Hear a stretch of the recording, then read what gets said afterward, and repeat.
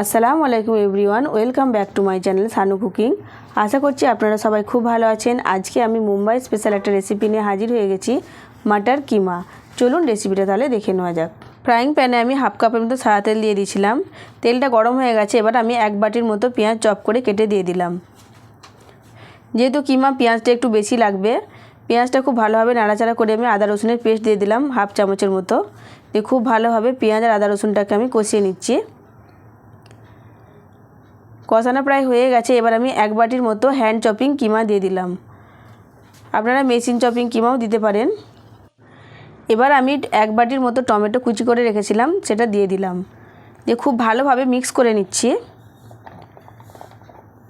Mix করা হয়ে গেছে, এবার আমি হাফ চামচের মতো লবণ দিয়ে দিলাম, হাফ চামচ লঙ্কার গুঁড়ো দিলাম, আর অল্প একটু কাশ্মীরি লঙ্কার গুঁড়ো দিলাম কালারের জন্য।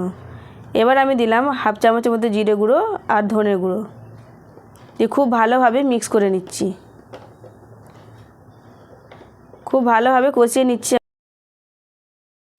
এবার আমি হাফ চামচের অর্ধেকের মতো গরম মশলা গুঁড়ো দিলাম, আর হাফ চামচের মতো কিমা মশলা দিলাম। আমি কিন্তু এখানে মাটন কিমা ইউজ করেছি, আপনারা যে কোনো কিমা দিয়ে এই রেসিপিটা করতে পারেন। দিয়ে খুব ভালোভাবে কষিয়ে নিচ্ছি। 4 থেকে 5 মিনিটের মতো কষিয়ে আমি এবার ঢাকা দিয়ে দিলাম। স্লো আঁচে কিমাটা সেদ্ধ করার জন্য 5 মিনিটের মতো স্লো আঁচে রেখে দিয়েছিলাম।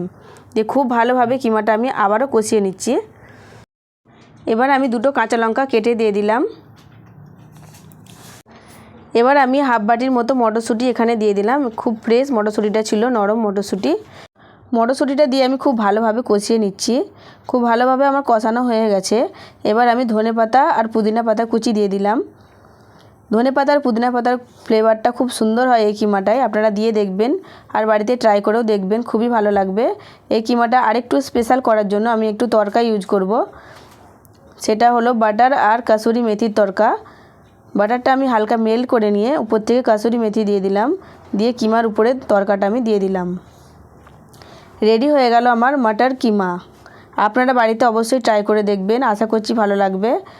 এই কিমাটা আপনারা রুটি, পরাটা, পাও যে কোনো দিয়ে আপনারা খেতে পারেন, খুবই ভালো লাগে খেতে, খুবই টেস্টি হয়, সুস্বাদু হয়। আজকে তাহলে আসি বন্ধুরা, ফিরে আসবো নতুন একটা ভিডিও নিয়ে। ততক্ষণ সবাই ভালো থাকবেন, সুস্থ থাকবেন। আল্লাহ হাফিজ।